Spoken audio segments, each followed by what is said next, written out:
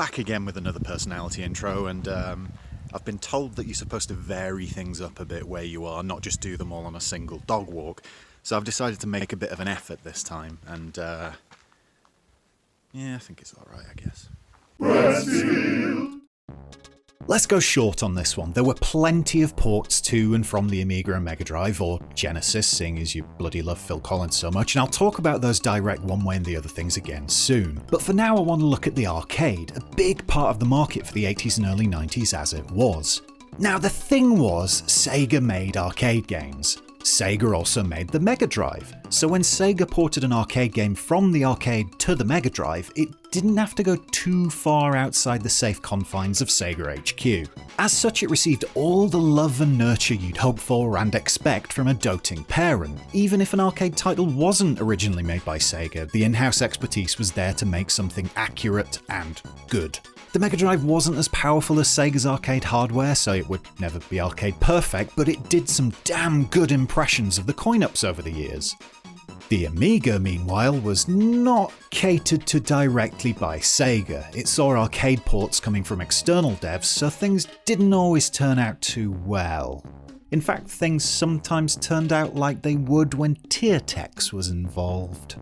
Anyway, it's a short one, but here we go. A few comparisons between some arcade games, mostly from Sega in the first instance, ported to both the Mega Drive and Amiga. Lister, go go!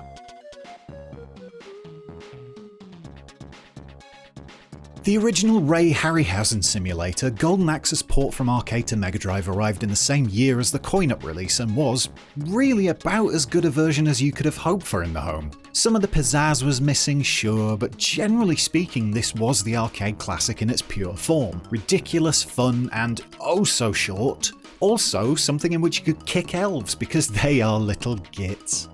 Then it came to the Amiga and you know what, it was actually pretty good. We're starting strong here. Contextual controls there might have been thanks to the computer's one-button joysticks, meaning jumps were absolutely unquestionably irksome to pull off, but the main thrust of the game was very much present and correct, and it had some lovely Amiga-ized music too.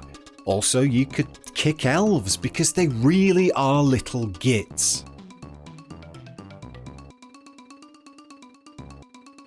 Starting out strong, following up less strong. Strider was first ported from the arcade to the Amiga, of our two compared systems at least, by the studio Tiertex. If you've heard of Tiertex, you'll know what to expect. Basically, Capcom's incredible arcade game was turned into whatever this abomination was trying to be. I could probably have done a better job of coding this back in 1989, and I can't even code. Plus, I was 6 back then. An absolute disgrace of a port, and the sort of thing that makes you think a game shouldn't be ported to the home to begin with.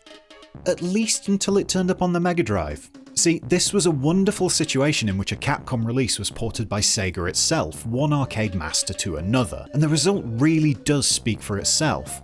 As with Golden Axe, there was no way you could say it was an arcade perfect result, but you definitely couldn't expect much more from a late 80s arcade game on the Mega Drive. It was good, very, really good, and almost washed that stink of Tiertex out of our mouths. Almost. Probe Software was something of an arcade port specialist, with the British team bringing all manner of hits from the world of big machines and smoky rooms full of threatening-looking teenagers I definitely wasn't scared of to the home. Golden Axe's Amiga version was under the stewardship of Probe, though coded by Dementia, and another later in this list had the studio's fingerprints all over it. As such, you'd be forgiven for expecting the team's work on Outrun and its home conversions, the Amiga one in particular because of the topic of this video, would be something to write home about. It was not something to write home about, it was something to write to your local MP about. It was something to write a terse letter to points of view about. It was something to write a poison pen letter to your mum about. Outrun, Probe's version of Outrun on the Amiga, was absolute garbage. I think it literally ran at about 7 frames per second.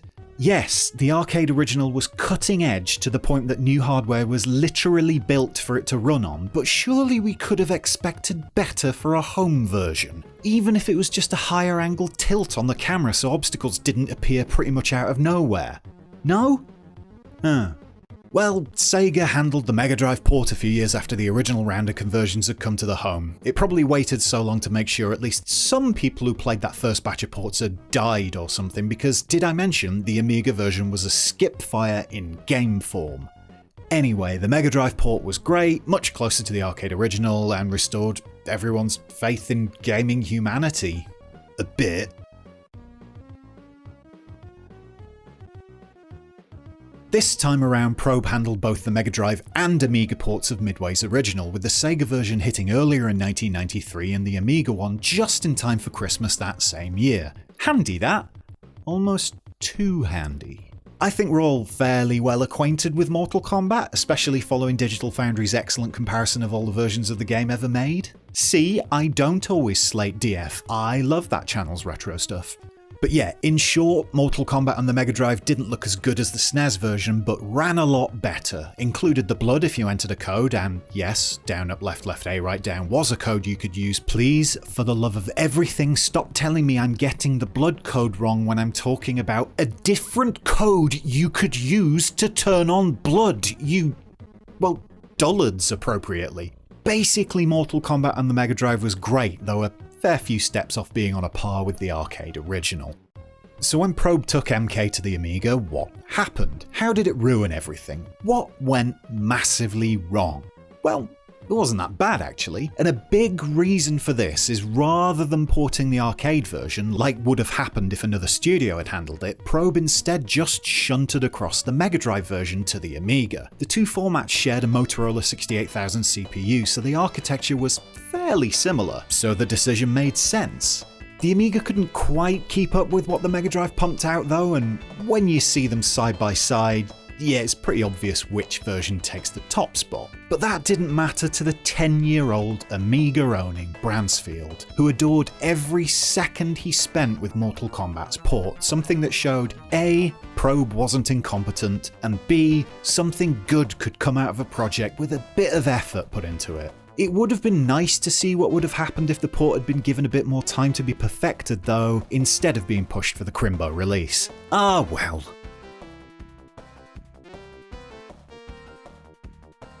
And here we go, saving the superest for last. The Mega Drive port of Super Hang-On came after the Amiga one, but let's chat it up first here. Ported by Sega, originally made by Sega, it was all Sega, all day. A thoroughly solid port, thoroughly functional, and thoroughly good. It was everything you would expect from an arcade port to that there Mega Drive. Got it? Good. Thing is though, I know genuine human people who prefer the Amiga version of Sega's own Super Hang-On, and they're not wrong. Landing on Commodore's computer courtesy of Activision, yes, that Activision, it was handled by a lone coder known as ZZKJ. Said coder was tasked with crafting the 8-bit versions of the game as well as an Atari ST version which would, as the plan went, be ported to the Amiga. Standard practice for a lot of games back then owing to the simplicity with which projects could make that particular jump, even though the ST sucked, come at me bro. But ZZKJ decided not to do things how the studio had instructed, and instead chose to properly port Super Hang-On to the Amiga, specifically for the computer, in order to up his coding game on that aforementioned 68K CPU. It was so good, Activision, well, Software Studios, the publisher's internal UK dev team, decided to make it all, proper and that, and the result was what I would argue is the best home port of Super Hang-On. Also, it had an analog control scheme using the Amiga's mouse, and it worked better than you'd expect. Finally, the Amiga had something to be proud of.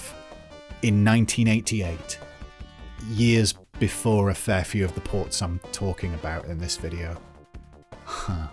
Still, that's a list. This is the end. Like, share, subscribe, and don't forget to do...